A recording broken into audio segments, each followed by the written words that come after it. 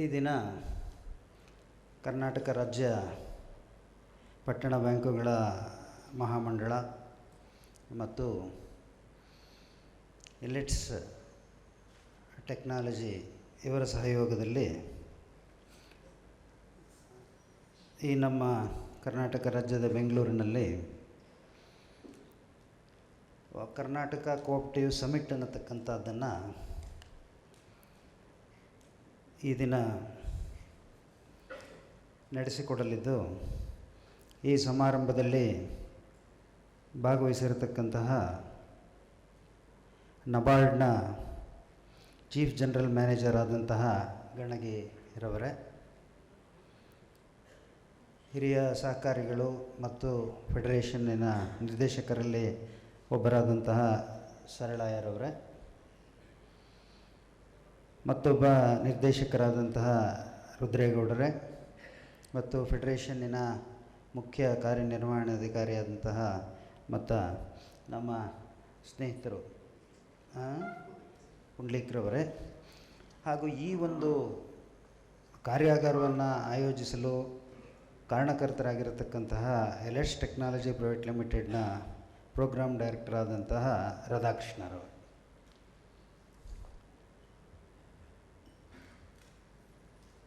ಈಗಾಗಲೇ ರಾಧಾಕೃಷ್ಣರವರು ಹೇಳಿದಂತೆ ಈಗಾಗಲೇ ಅವರು ಗುಜರಾತ್ ಮತ್ತು ಮಹಾರಾಷ್ಟ್ರದಲ್ಲಿ 2 ಕೋಆಪ್ಟಿವ್ ಸಮಿಟ್ಗಳನ್ನು ನಡೆಸಿ ಮೂರನೆಯದಾಗಿ ಕರ್ನಾಟಕಕ್ಕೆ ಕಾಲಿಟ್ಟಿದ್ದಾರೆ. ಬಹುಶಃ ಅವರು ಇಡೀ ರಾಷ್ಟ್ರದಲ್ಲಿ ಕೋಆಪ್ಟಿವ್ ಮೂಮೆಂಟ್ ಏನಿದೆ ಬಹುಶಃ ಅದೇ ದಾರಿಯಲ್ಲಿ ಬಂದಂಗೆ ಕಾಣುತ್ತೆ. ಏಕೆಂದರೆ ಗುಜರಾತು ಮಹಾರಾಷ್ಟ್ರ ಆದಮೇಲೆ ಕರ್ನಾಟಕ ನಮ್ಮ ಸಹಕಾರ ಕ್ಷೇತ್ರದಲ್ಲಿ 3ನೇ ಸ್ಥಾನದಲ್ಲಿದೆ. ಬಹುಶಃ ಅದು 3ನೇ ಸ್ಥಾನ ಅಂತೇಳಿ 3ನೇ ರಾಜ್ಯವನ್ನು ಅವರು ಆಯ್ಕೆ ಮಾಡಿಕೊಂಡ ಹಾಗೆ ಕಾಣುತ್ತೆ. ಸ್ನೇಹಿತರೆ, ಬಹುಶಃ ತಮಗೆಲ್ಲ ತಿಳಿದಂತೆ ಭಾರತ ರಾಷ್ಟ್ರದ ಸಹಕಾರದ ತೊಟ್ಟಿಲು ಅಂತಂದರೆ ಕ್ರೆಡಲ್ ಆಫ್ ಕೋಆಪ್ಟಿವ್ಸ್ ಅಂತಂದರೆ ಕರ್ನಾಟಕ. ಭಾರತದಲ್ಲಿ ಸಹಕಾರದ ತೊಟ್ಟಿಲು ಅಂತಂದ್ಬಿಟ್ಟು ಕರ್ನಾಟಕವನ್ನು ನಾವು ಕರಿತೀವಿ. ಕಾರಣ 1905 ಮೇ 8ನೇ ತಾರೀಕಿನಂದು ಇವತ್ತಿನ ಗದಗ ಜಿಲ್ಲೆಯ ಕಣಿಗಿನಹಾಳದಲ್ಲಿ ಒಂದು ಕೃಷಿ ಪತ್ತಿನ ಸಹಕಾರ ಸಂಘವನ್ನು ಸಿದ್ದರಾಮನಗೌಡ ಸಣ್ಣರಾಮನಗೌಡ ಅನ್ನತಕ್ಕಂಥ ಅವರು ಸ್ಥಾಪನೆ ಮಾಡುವುದರೊಂದಿಗೆ ಕರ್ನಾಟಕದಲ್ಲಿ ಈ ಸಹಕಾರ ಅನ್ನತಕ್ಕಂಥ ಒಂದು ಬೀಜಾಂಕುರ ಆಯಿತು. ಮತ್ತು ಇದು ಇಡೀ ಏಷ್ಯಾ ಖಂಡದಲ್ಲೇ ಮೊಟ್ಟ ಮೊದಲ ಸಹಕಾರ ಕೃಷಿ ಪತ್ತಿನ ಸಹಕಾರ ಸಂಘ ಅನ್ನತಕ್ಕಂತಹ ಒಂದು ಹೆಗ್ಗಳಿಕೆಯೂ ಕೂಡ ಇದೆ. ಅಂದು ಪ್ರಾರಂಭವಾದಂತಹ ಒಂದು ಸಹಕಾರದ ಬೀಜಾಂಕುರ ಇವತ್ತು ಕರ್ನಾಟಕದಲ್ಲಿ ಹೆಮ್ಮೆರವಾಗಿ ಬೆಳೆದಿರತಕ್ಕಂಥದ್ದು ತಮಗೆಲ್ಲರಿಗೂ ತಿಳಿದ ವಿಷಯ. ಕರ್ನಾಟಕದಲ್ಲಿ ಇತ್ತೀಚಿನ ಒಂದು ಜನಗಣತಿಯ ಪ್ರಕಾರ 6,14,00,000 ಜನಸಂಖ್ಯೆ ಇದೆ. ಅದರಲ್ಲಿ ನಾವು ಸಹಕಾರಿಗಳ ಸಂಖ್ಯೆ 2,21,00,000. ಅಂದರೆ ಆಲ್ಮೋಸ್ಟ್ 1/3 ಭಾಗದಷ್ಟು ಸಹಕಾರಿಗಳು ಇಡೀ ಕರ್ನಾಟಕದಾದ್ಯಂತ ನಾವು ವ್ಯಾಪಕವಾಗಿ ವಿಸ್ತರಿಸಿದ್ದೇವೆ.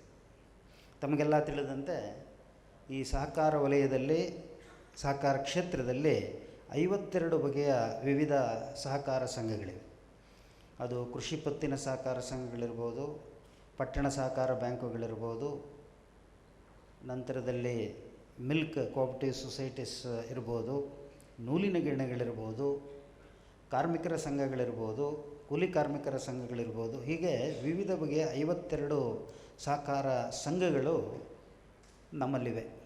ತಮಗೆಲ್ಲ ತಿಳಿದಂತೆ ನಾವು ಮುಖ್ಯವಾಗಿ 2 ಕಾಯ್ದೆಯಡಿ ಕೆಲಸವನ್ನು ಮಾಡ್ತೀವಿ. ಒಂದು 1959ರ ಸಹಕಾರ ಕಾಯ್ದೆ ಮತ್ತು ಸೌಹಾರ್ದ ಕಾಯ್ದೆ.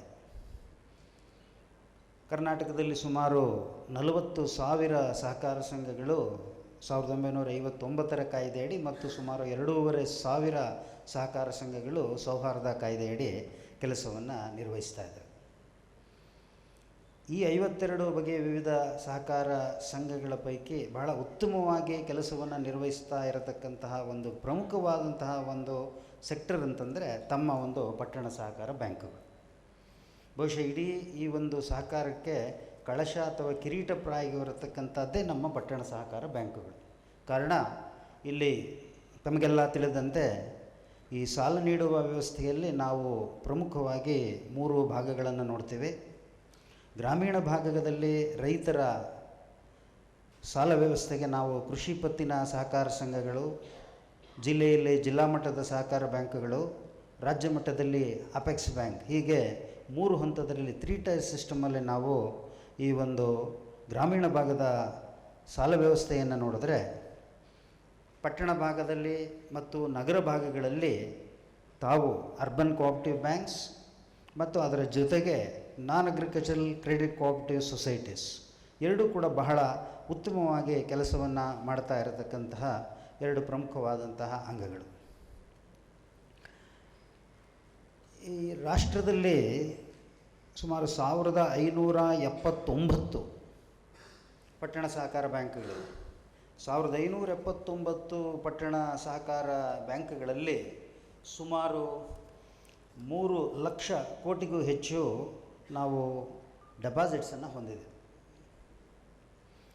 ಇತ್ತೀಚಿನ ದಿನಮಾನಗಳಲ್ಲಿ ಅಂದರೆ ಕಳೆದ 15 ವರ್ಷಗಳಿಂದ ಈಚೆಗೆ ಪಟ್ಟಣ ಸಹಕಾರ ಬ್ಯಾಂಕುಗಳ ಪ್ರಗತಿಯನ್ನು ನಾವು ಬಹಳ ಸೂಕ್ಷ್ಮವಾಗಿ ಗಮನಿಸಿದಾಗ, ಈ ಒಂದು ರಾಜ್ಯ ಮಟ್ಟದಲ್ಲಿ ಫೆಡರೇಷನ್ ಏನಿದೆ ಅದರ ಒಂದು ನೇತೃತ್ವದಲ್ಲಿ ಮತ್ತು ನಮ್ಮ ಕರ್ನಾಟಕ ರಾಜ್ಯದ ಘನತೆವೆತ್ತ ಸನ್ಮಾನ್ಯ ರಾಜಕೀಯ ಧುರೀಣರು ಮತ್ತು ಹಿರಿಯ ಸಹಕಾರಿಗಳು ಆದಂತಹ ಎಚ್ ಕೆ ಪಾಟೀಲ್ರವರ ಒಂದು ಅಧ್ಯಕ್ಷತೆಯಲ್ಲಿ ಈ ಒಂದು ಫೆಡರೇಷನ್ನು ಸಾಕಷ್ಟು ಬೆಳೆದು ತಮಗೆಲ್ಲರಿಗೂ ಕೂಡ ಅರ್ಬನ್ ಬ್ಯಾಂಕ್ಗಳೇನಿದೆ ಕರ್ನಾಟಕದಲ್ಲಿ 266 ಪಟ್ಟಣ ಸಹಕಾರ ಬ್ಯಾಂಕ್ಗಳಿವೆ. ಆ 266 ಪಟ್ಟಣ ಸಹಕಾರ ಬ್ಯಾಂಕ್ಗಳಲ್ಲಿ 226 ನಮ್ಮ 59ರ ಕಾಯ್ದೆಯಡಿ, ಉಳಿದವು ಸೌಹಾರ್ದ ಕಾಯ್ದೆಯಡಿ ಕೆಲಸವನ್ನು ಮಾಡ್ತಾ ಇದೆ. ಆ ಎಲ್ಲ ಪಟ್ಟಣ ಬ್ಯಾಂಕ್ಗಳಿಗೆ ಮಾರ್ಗದರ್ಶಕವಾಗಿ ಇಂತಹ ಕಾರ್ಯಕ್ರಮಗಳನ್ನು ರೂಪಿಸಿಕೊಂಡು ಎಲ್ಲ ರೀತಿಯಾದಂತಹ ಒಂದು ಸಮಗ್ರವಾದ ಬೆಳವಣಿಗೆಗೆ ಪೂರಕವಾಗಿ ಫೆಡರೇಷನ್ನು ಕೆಲಸ ಮಾಡ್ತಾಯಿದೆ. ಇಂತಹ ಒಂದು ಕಾರ್ಯಕ್ರಮವನ್ನು ತಾವು ರೂಪಿಸಿರತಕ್ಕಂಥದ್ದು ಸ್ವಾಗತಾರ್ಹ. ಇದು ಇವತ್ತಿನ ದಿನಮಾನದಲ್ಲಿ ಇದು ಬಹಳ ಸೂಕ್ತವಾದುದು. ಬಹುಶಃ ತಮಗೆಲ್ಲರಿಗೂ ಗೊತ್ತಿದೆ, ಇತ್ತೀಚೆಗೆ ಒಂದು ಎಚ್ಚರಿಕೆಯ ಗಂಟೆ ರಿಸರ್ವ್ ಬ್ಯಾಂಕ್ ಕಡೆಯಿಂದ ಅರ್ಬನ್ ಬ್ಯಾಂಕ್ ಫೆಡರೇಷನ್ ಅಥವಾ ಅರ್ಬನ್ ಬ್ಯಾಂಕ್ಗಳಿಗೆ ಸಂಬಂಧಪಟ್ಟಂತೆ ಬಾರಿಸಿತು ಅನ್ನತಕ್ಕಂತಹ ವಿಚಾರ ತಮಗೆಲ್ಲರಿಗೂ ತಿಳಿದಿದೆ. ರಿಸರ್ವ್ ಬ್ಯಾಂಕಿನ ಡೆಪ್ಟಿ ಗವರ್ನರ್ ಗಾಂಧಿಯವರ ನೇತೃತ್ವದಲ್ಲಿ ಹೈಪವರ್ ಕಮಿಟಿಯೊಂದನ್ನು ಮಾಡಿ ಈ ಅರ್ಬನ್ ಬ್ಯಾಂಕುಗಳ ಒಂದು ಕಾರ್ಯಚಟುವಟಿಕೆ ಪ್ರಗತಿ, ಅಲ್ಲಿ ಏನಾದರೂ ಕೆಲವು ಬೆಳವಣಿಗೆಗಳನ್ನು ಮಾಡಬೇಕು ಅಥವಾ ಬದಲಾವಣೆಗಳನ್ನು ಮಾಡಬೇಕು ಅನ್ನತಕ್ಕಂಥ ದೃಷ್ಟಿಯಲ್ಲಿ ಜನವರಿ 2015ರಲ್ಲಿ ಏನು ಹೈಪವರ್ ಕಮಿಟಿ ಸ್ಥಾಪನೆ ಆಯಿತು ಗಾಂಧಿಯವರ ನೇತೃತ್ವದಲ್ಲಿ, ಅವರಿಗಾಗಲೇ ರಿಪೋರ್ಟನ್ನು ಕೂಡ ಕೊಟ್ಟಿದ್ದಾರೆ. ಅದರಲ್ಲಿ ಪ್ರಮುಖವಾದಂತಹ ವಿಚಾರ ಯಾವುದು ಅಂತ ತಮಗೆ ಗೊತ್ತಿದೆ. ಯಾವುದೇ ಒಂದು ಸಹಕಾರ ಬ್ಯಾಂಕು 20,000 ಕೋಟಿಗೂ ಹೆಚ್ಚು ವಹಿವಾಟನ್ನು ಹೊಂದಿದರೆ ಅಂತಹ ಒಂದು ಬ್ಯಾಂಕು ಒಂದು ಪ್ರೈವೇಟ್ ಸೆಕ್ಟರ್ ಬ್ಯಾಂಕ್ ಆಗಿ ಪರಿವರ್ತನೆ ಹೊಂದೋದಕ್ಕೆ ಅವಕಾಶ ಇದೆ ಅನ್ನತಕ್ಕಂಥದ್ದನ್ನು ಅವರು ಹೈಪವರ್ ಕಮಿಟಿ ರಿಪೋರ್ಟಲ್ಲಿ ಹೇಳಿದ್ದಾರೆ. ಆದರೆ ಅದಿನ್ನೂ ಜಾರಿಗೆ ಬಂದಿಲ್ಲ. ಇತ್ತೀಚೆಗೆ ಕಳೆದ ನವೆಂಬರ್ನಲ್ಲಿ ಬಾಂಬೆನಲ್ಲಿ ರಿಸರ್ವ್ ಬ್ಯಾಂಕ್ ಅದೇ ಗಾಂಧಿಯವರ ನೇತೃತ್ವದಲ್ಲಿ ಒಂದು ಸಭೆ ಕೂಡ ನಡೀತು. ಅದರಲ್ಲಿ ನಾನು ಕೂಡ ಭಾಗವಹಿಸಿದ್ದೆ, ಎಚ್ ಕೆ ಪಾಟೀಲ್ ಸಾಹೇಬರು ಕೂಡ ಭಾಗವಹಿಸಿದರು. ಆದರೆ ಆ ಒಂದು ರಿಪೋರ್ಟ್ ಬಗ್ಗೆ ವಿಶೇಷವಾದಂತಹ ಒಂದು ಸುದೀರ್ಘವಾದಂತಹ ಒಂದು ಸಭೆಯನ್ನು ಕರಿಬೇಕು ಮತ್ತು ತಮ್ಮಂತಹ ಅನೇಕ ಹಿರಿಯರನ್ನು ಕರೆದು ಚರ್ಚೆಯನ್ನು ಮಾಡಿ ನಂತರ ಹೆಜ್ಜೆಗಳನ್ನು ಇಡಬೇಕು ಅಂತ ಎಚ್ ಕೆ ಪಾಟೀಲ್ ಸಾಹೇಬರ ಒತ್ತಾಯದ ಮೇರೆಗೆ ಆ ಒಂದು ಸಭೆ ಇನ್ನೂ ಕನ್ಕ್ಲೂಡ್ ಆಗಿಲ್ಲ ಅನ್ನತಕ್ಕಂಥ ವಿಚಾರವನ್ನು ತಮ್ಮ ಗಮನಕ್ಕೆ ತರ್ತಾ, ಆದರೆ ನಾನು ಇಲ್ಲಿ ಒಂದು ವಿಷಯವನ್ನು ಹೇಳ್ತೀನಿ ತಮ್ಮ ಗಮನಕ್ಕೆ. ಯಾಕೆ ಗಾಂಧಿಯವರು 20,000 ಕೋಟಿಗೂ ಹೆಚ್ಚು ವಹಿವಾಟನ್ನು ಹೊಂದಿದಂತಹ ಒಂದು ಅರ್ಬನ್ ಬ್ಯಾಂಕು ಪ್ರೈವೇಟ್ ಬ್ಯಾಂಕ್ ಆಗಿ ಪರಿವರ್ತನೆ ಒಂದು ಸೂಕ್ತ ಅಂತ ಅಭಿಪ್ರಾಯ ಪಟ್ಟಿದ್ದಾರೆ ಅಂತಂದರೆ, ಅದಕ್ಕೆ ಅವರು ಅನೇಕ ಕಾರಣಗಳನ್ನು ಹೇಳಿದ್ದಾರೆ. ಅದರಲ್ಲಿ ಅತಿ ಮುಖ್ಯವಾದಂತಹ ಕಾರಣ, ಸಹಕಾರ ಬ್ಯಾಂಕ್ಗಳಲ್ಲಿ ಪ್ರೊಫೆಷನಲಿಸಮ್ ಅನ್ನತಕ್ಕಂಥದ್ದು ಅವಶ್ಯಕತೆಗಿಂತ ಕಡಿಮೆ ಇದೆ. ವೃತ್ತಿಪರತೆ ಅನ್ನತಕ್ಕಂಥದ್ದು ಅಲ್ಲಿನ ಆಡಳಿತ ಮಂಡಳಿಯಲ್ಲಿ ಮತ್ತು ಅಲ್ಲಿನ CEO ಮತ್ತು ಸಿಬ್ಬಂದಿಗಳಲ್ಲಿ ಕೊರತೆ ಇದೆ ಅನ್ನತಕ್ಕಂಥದ್ದನ್ನು ಅವರು ಭಾಳ ಸ್ಪಷ್ಟವಾಗಿ ಹೇಳಿದ್ದಾರೆ.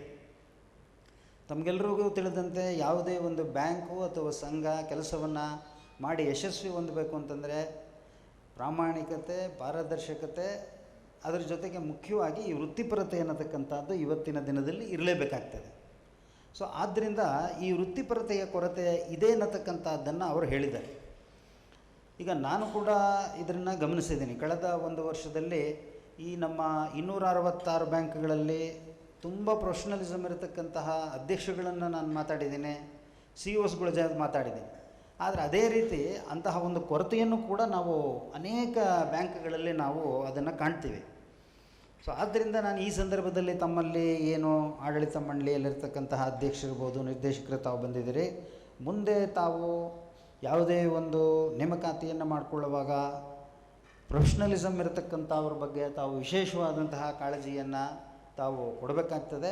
ಮತ್ತು ಎಲ್ಲದಕ್ಕಿಂತ ಮುಖ್ಯವಾಗಿ ಈ ತಂತ್ರಜ್ಞಾನ ಟೆಕ್ನಾಲಜಿ ಅನ್ನತಕ್ಕಂಥದ್ದು ಏನಿದೆ ಅದನ್ನು ಅಳವಡಿಸಿಕೊಂಡಿರ್ತಂತಹ ಯುವಕರನ್ನ ಪ್ರತಿಭೆಯನ್ನು ತಾವು ಅಲ್ಲಿ ಆಯ್ಕೆ ಮಾಡ್ಕೋಬೇಕಾಗ್ತದೆ. ಯಾಕೆ ಅಂತ ಹೇಳಿದ್ರೆ ಹಾರ್ಡ್ ವರ್ಕಿಂಗ್ ಅನ್ನತಕ್ಕಂಥ ಕಾಲ ಹೋಯ್ತು, ನಾವು ಸ್ಮಾರ್ಟ್ ವರ್ಕಿಂಗ್. ಸೊ ಆದ್ದರಿಂದ ಇದನ್ನು ತಾವು ಗಮನದಲ್ಲಿ ಇಟ್ಕೊಳ್ಳಿ ಅಂತಂದ್ಬಿಟ್ಟು ತಮ್ಮಲ್ಲಿ ನಾನು ಮನವಿಯನ್ನು ಮಾಡ್ತಾ, ಬಹುಶಃ ಮತ್ತೊಂದು ವಿಷಯವನ್ನು ತಮ್ಮ ಗಮನಕ್ಕೆ ತರ್ತೀನಿ. ನಾನು ಈಗಾಗಲೇ ನಮ್ಮ ಪುಂಡ್ಲಿಕವ್ರ ಜೊತೆ ಮಾತಾಡಿದೆ. ಇನ್ಕಮ್ ಟ್ಯಾಕ್ಸ್ ಡಿಪಾರ್ಟ್ಮೆಂಟ್ ಡೈರೆಕ್ಟರ್ ಕೂಡ ಇದೇ ಥರದ ಒಂದು ಕಾರ್ಯಾಗಾರವನ್ನು ಈ ತಿಂಗಳು ಅಥವಾ ಮಾರ್ಚ್ನಲ್ಲಿ ಏರ್ಪಡಿಸಬೇಕು. ಇನ್ಕಮ್ ಟ್ಯಾಕ್ಸ್ಗೆ ಸಂಬಂಧಪಟ್ಟಂತಹ ಏನು ಬದಲಾವಣೆಗಳಾಗಿದೆ ಅದನ್ನು ತಮ್ಮ ಗಮನಕ್ಕೆ ತರಬೇಕು ಅನ್ನತಕ್ಕಂಥದ್ದನ್ನು ಕೂಡ ಇಚ್ಛೆ ವ್ಯಕ್ತಪಡಿಸಿದ್ದಾರೆ. ಬಹುಶಃ ಈ ತಿಂಗಳು ಕೊನೆ ಅಥವಾ ಮುಂದಿನ ತಿಂಗಳ ಮೊದಲ ವಾರದಲ್ಲಿ ಮತ್ತೆ ನಾವು ಇನ್ಕಮ್ ಟ್ಯಾಕ್ಸ್ಗೆ ಸಂಬಂಧಪಟ್ಟಂತೆ ಅವರು ಇನ್ಕಮ್ ಟ್ಯಾಕ್ಸ್ ಅಧಿಕಾರಿಗಳು ತಮಗೆ ತಿಳುವಳಿಕೆಯನ್ನು ಕೊಡ್ತಾರೆ. ಸೊ ಆ ಒಂದು ವಿಚಾರವನ್ನು ತಮ್ಮ ಗಮನಕ್ಕೆ ತರ್ತಾ, ಬಹುಶಃ ಇವತ್ತು ಸಾಕಷ್ಟು ಕಾರ್ಯಕ್ರಮವನ್ನು ಸಂಜೆವರೆಗೆ ಅವರು ಮಾಡ್ತಾಯಿದ್ದಾರೆ. ನಾನು ತಮ್ಮಲ್ಲಿ ಮನವಿ ಏನು ಅಂತ ಹೇಳಿದ್ರೆ, ತಾವು ಇಲ್ಲಿ ಏನು ವಿಚಾರಗಳನ್ನು ತಿಳ್ಕೊಳ್ತೀರಿ ತಾವು ಅದನ್ನು ಮನನ ಮಾಡ್ಕೊಂಡು ಅದನ್ನು ತಮ್ಮ ಒಂದು ಬ್ಯಾಂಕಿನಲ್ಲಿ ಅದನ್ನು ಕಾರ್ಯರೂಪಕ್ಕೆ ತರಬೇಕು. ಮತ್ತು ಮುಖ್ಯವಾಗಿ ನಮ್ಮ ಎಲೆಟ್ಸ್ ಕರ್ನಾಟಕ ಏನಿದ್ದಾರೆ ಅವರು ಬಹುಶಃ ಸರ್ವಿಸ್ ಪ್ರೊವೈಡರ್ ಆಗಿ ಬಂದಂತಹ ಸಂದರ್ಭದಲ್ಲಿ ನಮ್ಮ ಕೋಆಪ್ಟಿವ್ ಬ್ಯಾಂಕ್ಸ್ಗಳಿಗೆ ತಾವು ಏನಾದರೂ ದರವನ್ನು ನಿಗದಿಪಡಿಸಿದ್ರೆ ಭಾಳ ಕಡಿಮೆ ದರದಲ್ಲಿ ನಿಗದಿಪಡಿಸಿ ಅಂತ ಅವ್ರ ಪರವಾಗಿ ನಾನು ತಮಗೆ ಮನವಿ ಮಾಡ್ತಾ. ಹೇಗೆ ಅಂತ ಹೇಳಿದ್ರೆ ಬೇಸಿಕ್ಕಾಗಿ ನಾವಿಲ್ಲಿ ವ್ಯಾಪಾರದ ಜೊತೆಗೆ ನಾವೇನು ಅಂತಂದರೆ ಎಲ್ರಿಗೂ ಕೂಡ ಒಂದು ರೀತಿಯಾಗಿ ನಾವು ಸಹಾಯಹಸ್ತವನ್ನು ಚಾಚೋರಾಗಿರೋದ್ರಿಂದ ತಾವು ಅದನ್ನು ಕೂಡ ಗಮನದಲ್ಲಿ ಇಟ್ಕೊಳ್ಳಿ. ಮತ್ತು ಬಹುಶಃ ಇವರ ಒಂದು ಕಂಪನಿ ಬ್ಯಾಕ್ಗ್ರೌಂಡನ್ನು ನೋಡಿದಾಗ ಸಾಕಷ್ಟು ಪ್ರತಿಭೆಯನ್ನು ಹೊಂದಿದಂಥವರಾಗಿದ್ದಾರೆ.